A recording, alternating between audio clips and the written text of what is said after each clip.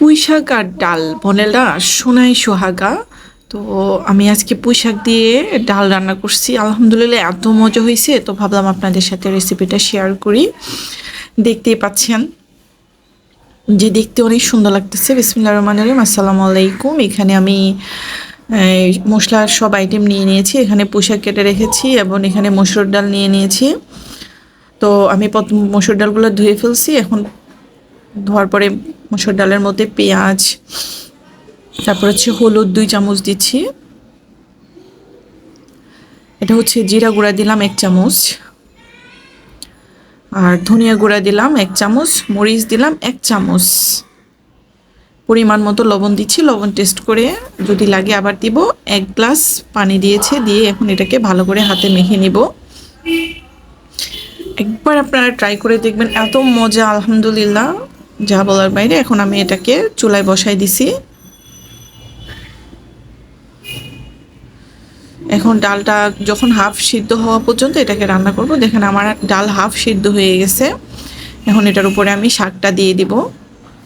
শাক থেকে কিন্তু পানি বাইর হবে।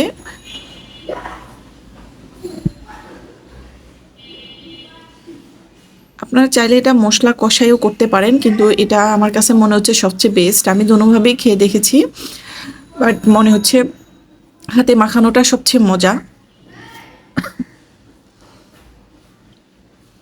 এখন পুঁইশাকগুলো আমি নেড়ে ছেড়ে দিব, যেহেতু একটু ভাপে এগুলো সফট হয়েছে।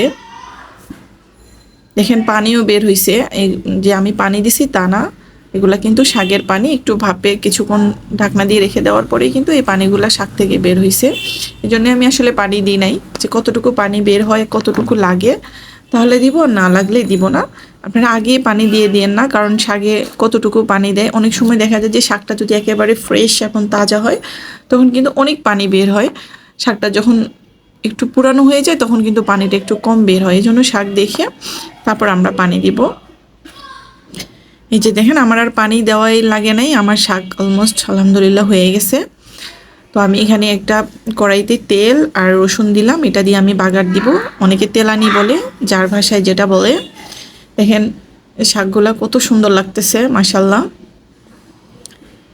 তো এই পাশে দিয়ে যে আমার রসুনগুলাও হয়ে যাচ্ছে। এটা দিলে একটা সুন্দর স্মেল বের হবে। আপনারা কিন্তু খেয়াল করছেন আমি কিন্তু তেল দিই নাই। এটাই হচ্ছে আমার মানে সিক্রেট এই রান্নাটার। তারপরে এটাতে আমি এখন একটু তেল বেশি দিয়ে বাগারটা দিছি। দেখেন দেখতে মাশাল্লাহ অনেক সুন্দর লাগতেছে। আপনারা কিন্তু অবশ্যই ট্রাই করবেন, আর খাওয়ার পরে আমাকে বলবেন কেমন হয়েছে। আমার বাসায় সবাই অনেক পছন্দ করছে, এমনিই পছন্দ করে, বাট এইভাবে রান্না করলে একটু সবাই বেশি পছন্দ করে। তাই আপনাদের সাথে রেসিপিটা শেয়ার করলাম। আপনাদের যদি ভালো লাগে অবশ্যই আপনারা জাস্ট ট্রাই করবেন, কারণ অনেকভাবেই তো অনেকে খায়। তো আমার রেসিপি যদি ভালো লাগে তাহলে আমাকে অবশ্যই একটু লাইক অ্যান্ড কমেন্টস করবেন, সাবস্ক্রাইব করবেন, আর বেল বাটনে টিপে রাখবেন যাতে আমার সবগুলা ভিডিও আপনারা পান। আমি প্রতিদিন নিত্য নতুন ভিডিওগুলো দিয়ে থাকি। তো আমি সাথে ভর্তাও নিছি, ডিমও নিছি।